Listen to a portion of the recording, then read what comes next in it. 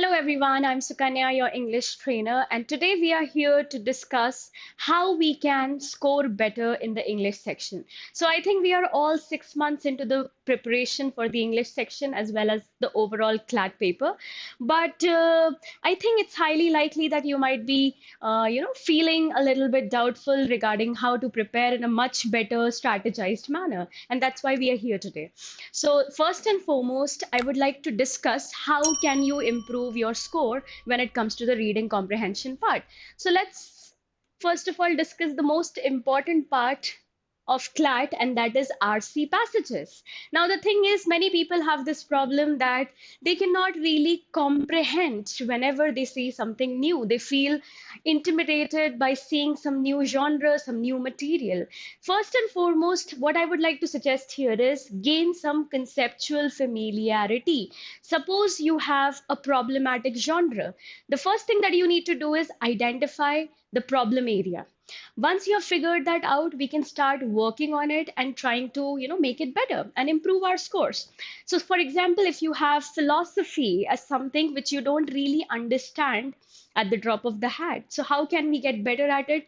Chances are, as soon as you add the word today in front of it, in front of your problematic area, you get a website. For example, philosophy today will actually cater to your all of your requirements when it comes to philosophy based passages. But I do not really want you to directly jump into the reading part.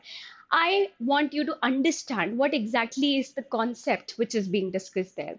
That is of prime importance because once you're familiar with the concept, if you get something similar in the mocks, in the CLAT exam, at least you'll be better prepared, right? So, in order to brace ourselves in the right manner, it's very, very important to gain conceptual familiarity when it comes to the CLAT exam. And as I have already told you, diverse reading diverse reading is going to help you with that. So I cannot really stress enough how important reading is. And I think by now everybody's pretty much aware that reading is the most important part because CLAT exam is majorly reading based. Right.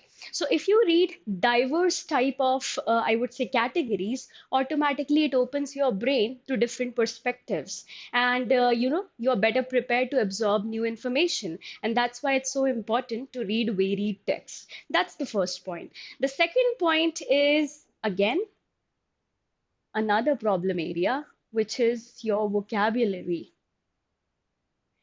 Now, I always tell my students that it's humanly impossible to remember every word because every time you give your mock or every time you basically practice from anywhere, you're going to come across or encounter a new word. Then what do we do in such a situation? First thing, please do not spend a lot of time whenever you see a new word because that's supposed to actually, I would say put you in the back gear.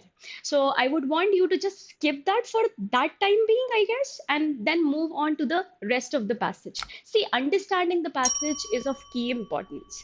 Until and unless they have asked you a vocabulary question on the same word, then that's not really a problem, and that should not be a problem, right? Now, in order to retain vocabulary words, I generally suggest everybody that they can, start incorporating the new words that they come across. Until and unless you make it a habit of using those words, it's going to be of no relevance, to be honest, because you could be somebody who revise 20 words a day or 30 words a day. But generally, what I have seen, and from, the students that I have talked to, they have all told me the same thing, and that is whenever the same word comes in the mock, they are not able to connect the dots. Then, do you really think that it's going to work? Obviously not. So, what is important here is even if you are just picking like 3 words or 4 words a day, but you are using them a lot in your day to day language, that's going to help you retain that word for a longer period of time. And for that, you don't even have to revise just every other day, right?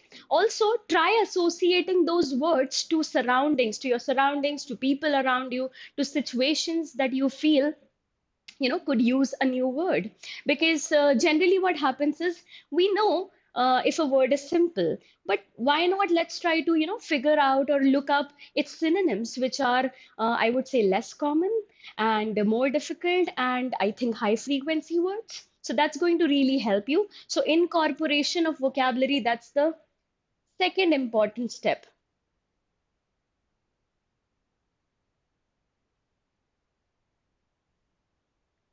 Now, many a time you must have seen that there are questions on the basis of tones or figure of speech. Now, these are all conceptual parts of English language because there is no prescribed syllabus that you can follow, right? But these are two areas which you can actually prepare. So, tones is something that can be prepared by actually associating to examples. The easiest way to remember and memorize tones is to actually, ideally, whenever you are reading something, proactively ask yourself questions that what could be the tone of the author? Is he being very, very partial? Is he just putting his view forward? Is he very neutral? Is he argumentative? Or do you think that he's just being cynical about a particular situation? When you start asking these questions, there is always this information in the back of your mind that you are kind of using whatever you have learned so far. So whatever you have learned, it needs revision, and this is how you revise such concepts, right? Another important thing is figures of speech. So generally there are like 30, 40 figures of speech which are commonly asked. Even if you pick two figures of speech for the day and just gain some conceptual familiarity on them, and I think if you see ample of examples on both the figures of speech, I think you're good to go. Also, there's a lot of material available online. Also, another website that you can actually make use of is Flocabulary, where you can actually learn figures of speech in a rap style. So this is something innovative and entertaining as well. Many a time it happens that we do not want to read or we do not want to actually practice a set. In that case, you can always watch a video on a particular concept. For example, if there is a psychological theory you have no idea about, why not watch a video on it and write your takeaways? Now, this is going to help you remember that concept, and if something similar comes again, you will be able to understand it. So that's very important. The third important thing that we are going to discuss today is grammar. So there are only a handful of topics when it comes to grammar, although not many people pay much attention when it comes to the grammar part, because as we have seen in the previous year question papers, grammar is not something which is asked that frequently. But if the consortium hasn't yet removed it from the syllabus, that means obviously it's important. You never know when the train is coming and when you're going to be surprised or baffled by it. So it's always better to brace ourselves, be well in advance prepared, so that whenever something that is unpleasant that comes our way, we are ready to tackle it. So that's why I'll just note down some of the grammar topics that you can actually go through. So just a second.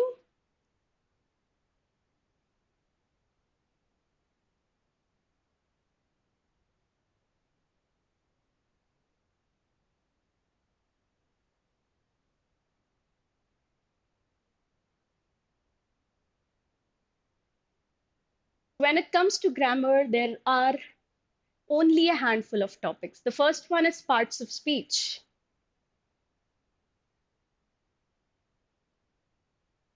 The second one, which is part of parts of speech only because it's a part of verb only.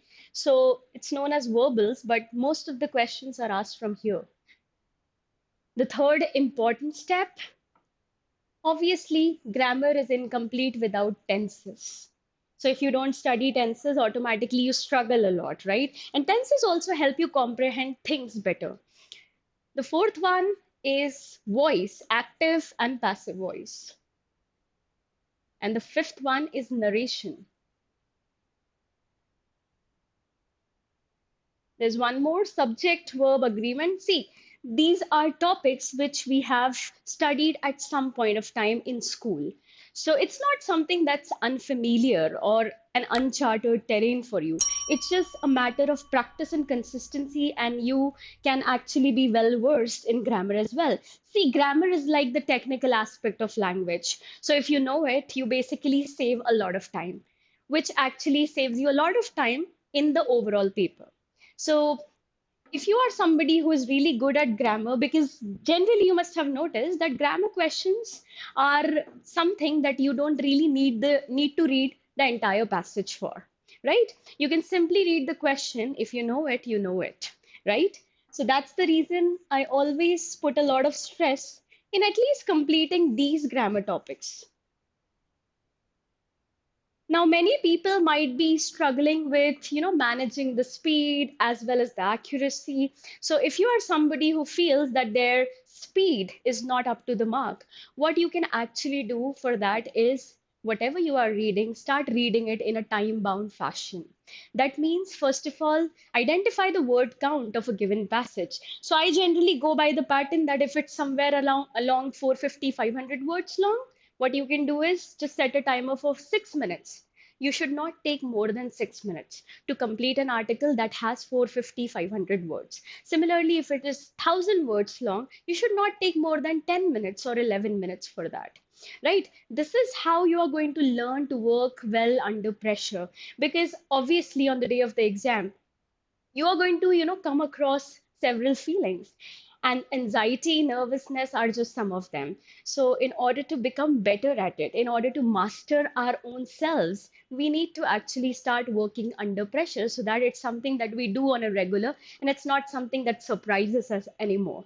So that's about it, and I hope these techniques help you, and I hope you incorporate these techniques in your CLAT preparation. So that's it from my side. It's a wrap. Thank you so much. Again, I'm Sukanya, and I'll be seeing you again. So, all the very best and have a great day. Bye bye.